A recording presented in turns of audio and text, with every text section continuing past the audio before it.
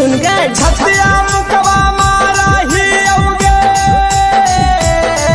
करे जावा, छतिया मुकवा मारा ही औगे करे जावा। छोड़ी काहे चल गए ससुरावा गे, छतिया मुकवा मारा ही औगे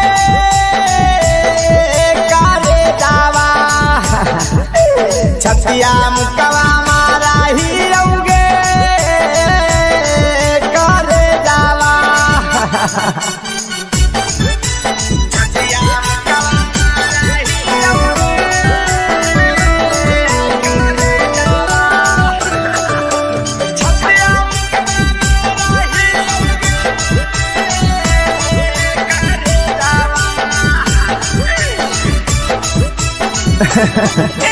सीनावा से साटी सावा दिन रखा लियो, के करा के आवादा खावई गे।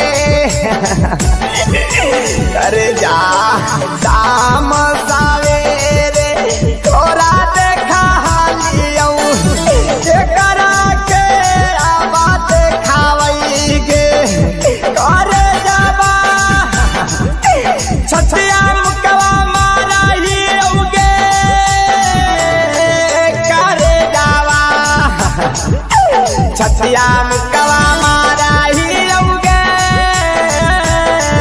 करे जावा, छतिया मुकवा मारा ही औगे।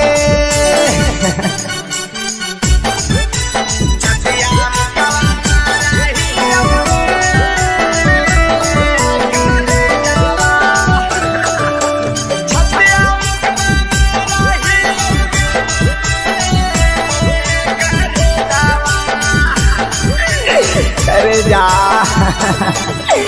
मुहावा में तोरा खादावा खिलैलियो, अब के करा के खिलाई गे। करे जा राहुला रावानी संगे खेलानी, के करा संगाया खेला तई गे। करे जावा छतिया मुकवा मारा ही औगे करे जावा, छतिया मुकवा मारा ही औगे करे जावा, छतिया मुकवा मारा ही औगे। भोलेनाथ रिकॉर्डिंग स्टूडियो बानावर बिशुनगंज।